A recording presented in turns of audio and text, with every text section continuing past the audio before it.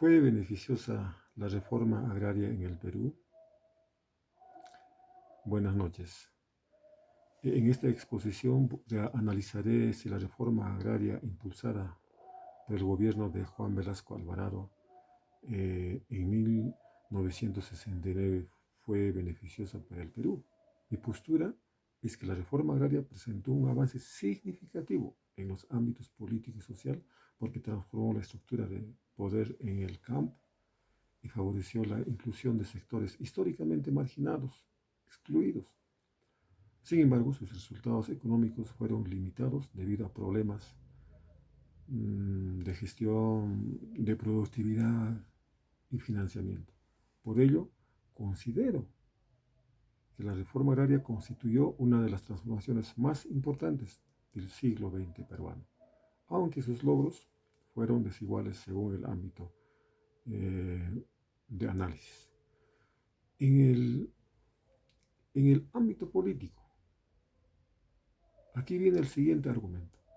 Desde el punto de vista político, la reforma agraria fue beneficiosa porque modificó la estructura tradicional de poder existente en el campo peruano. Antes de 1969, grandes extensiones de tierra estaban concentrados en manos de unos pequeños terratenientes, mientras que la mayoría de campesinos del sector rural permanecía excluida, de los espacios de decisión. Julio Kotler sostiene que la concentración de la tierra era uno de los principales mecanismos mediante los cuales se reproducían relaciones de dominación y dependencia en el Perú. En ese sentido, la reforma agraria buscó desarticular el poder de la oligarquía terrateniente y fortalecer la presencia del Estado en las zonas, en este caso, rurales. De manera similar, Contreras y Cueto, 2013, afirman que la reforma constituyó un intento de democratizar las relaciones sociales en el campo y de integrar a los campesinos al proyecto nacional. La eliminación de las haciendas permitió transformar estructuras políticas que habían permanecido prácticamente intactas, en este caso desde la República. Por ello, aunque las reformas que se han implementado fueron por un gobierno militar y no mediante mecanismos democráticos, tuvo efectos políticos importantes, ¿no? Al reducir el poder de grupos privilegiados y ampliar la participación de sectores históricamente marginados. En el ámbito económico, viene el siguiente argumento. La evaluación es más compleja, ¿no? Uno de los objetivos centrales de la reforma agraria era incrementar la productividad agrícola mediante la redistribución de tierras y la organización de cooperativas y empresas asociativas. Sin embargo, Peter Claren, de 2004, señala que muchas de esas organizaciones enfrentaron dificultades administrativas, escasez de capital y limitaciones, ¿no?, técnicas que afectaron su desempeño productivo. La falta de experiencia en la gestión empresarial y la dependencia del apoyo estatal redujeron la eficiencia de numerosas cooperativas agrarias, ¿no?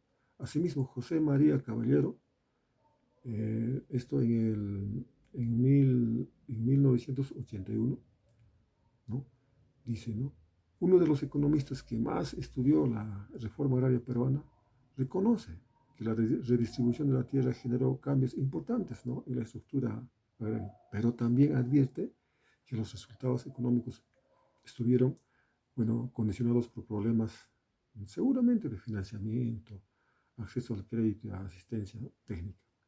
Por ello, aunque la reforma promovió una distribución más equitativa de la tierra, no logró consolidar un crecimiento sostenido del sector agrario.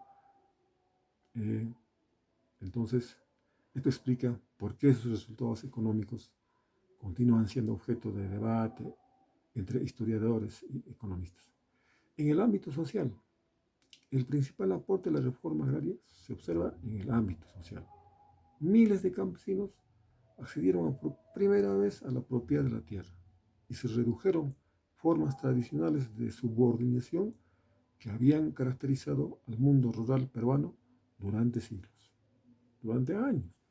José Matos Mar eh, sostiene que la distribución sociales del siglo XX estuvieron estrechamente vinculados al proceso de incorporación de sectores populares y rurales a la vida nacional.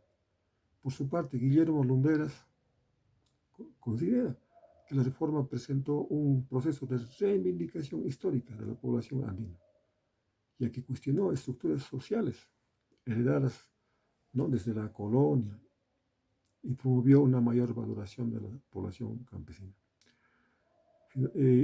Luis E. Valcárcel argumenta, ¿no?, aporta desde la corriente indigenista, ¿no?, había señalado décadas antes que el Estado peruano mantenía una deuda histórica con las poblaciones indígenas, ¿no? Aunque no analizó directamente, ¿no?, la reforma velasquista. Sus planteamientos permiten comprender por qué la redistribución de la tierra fue vista como una respuesta a antiguas demandas, ¿no?, de justicia social. En consecuencia, la reforma agraria produjo cambios profundos en la estructura social del Perú, favoreciendo la inclusión de grupos históricamente excluidos y fortaleciendo el reconocimiento en este caso, de sus derechos, ¿no?